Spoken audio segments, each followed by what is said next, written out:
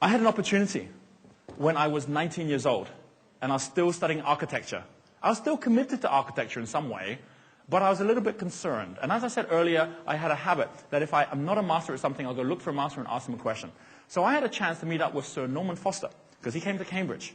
And I got very excited about meeting him. And he was at a point about already 65, 70 years old, and he had become very successful only in the last 5 years that I'd met him. And I was so excited to meet him. I met him, and I went up to him to ask him a question. And I said, Sir Norman, I have a question for you. And he goes, what's your question? And I said, well, my question is, why is it that architects only ever get successful when they are in their 60s and 70s? It takes a long time for them to get successful. And he says this, he says, the reason is because to achieve mastery in anything, you need to go through something that he calls learning cycles. A learning cycle means going through these 4 and then stepping up to a high level of consciousness. So you raise yourself up. And then you then do it again, and you raise yourself up. And he says that mastery comes from going through these learning cycles. It's like to know and not to do is not yet to know. You'll never get yourself into World Cup football by reading books on football. You've got to play the game again and again and again, and play your game. And so that's what he was saying. And he says, but the thing is, in architecture, if you're going to have 4, 5, 6 of these cycles to get to a higher level of mastery, well, if it's taking 7 or 8 years per learning cycle, because that's how long an architecture project takes, well, it's going to be 60, 70 years old before you get to that mastery.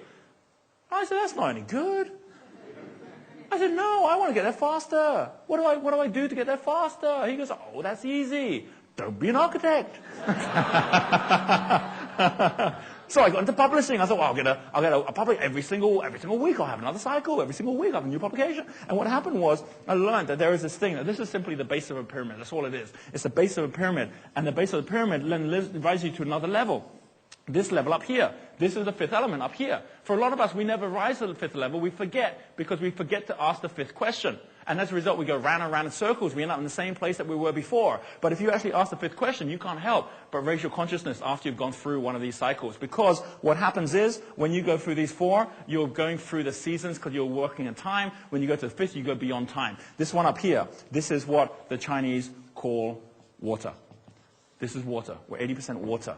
If you take our brains, we're 90% water. You take the world, the planet we're on, it's 80% water. This image here that you see here behind, this is the water image. This is the image which is what everything leads to if you step up to this, because everything here has a particular energy. Wood has the energy of growing. It's grow, right? This one, fire, has glowing. It's glow. You've got grow, you've got glow, you've got slow, you've got know, you've got flow. This is flow. To get to your flow, you have to get to the water level, but it only comes once you've gone through this cycle down here. And this has a different frequency. This one here has a frequency which we call spirit here in the West. And if you take any psychometric test without spirit, well, you end up actually deadening yourself to what you do. You bring spirit in, you get back to who you're meant to be. Spirit, why you say spirit? Because I don't know an entrepreneur who's ever got to where he's got to without entrepreneurial spirit. And it has a question. And the question here is a different question. In fact, just by asking the question, it will change your frequency. It's not what, it's not who, it's not when, it's not how, it's why. So why are you in your job anyway? Why are you in the business you're in? Why are you in London? Why are you on this planet? When you ask that question, you can't help but lift yourself to a different level of answer. And when you question that, it actually puts all of this in a different context.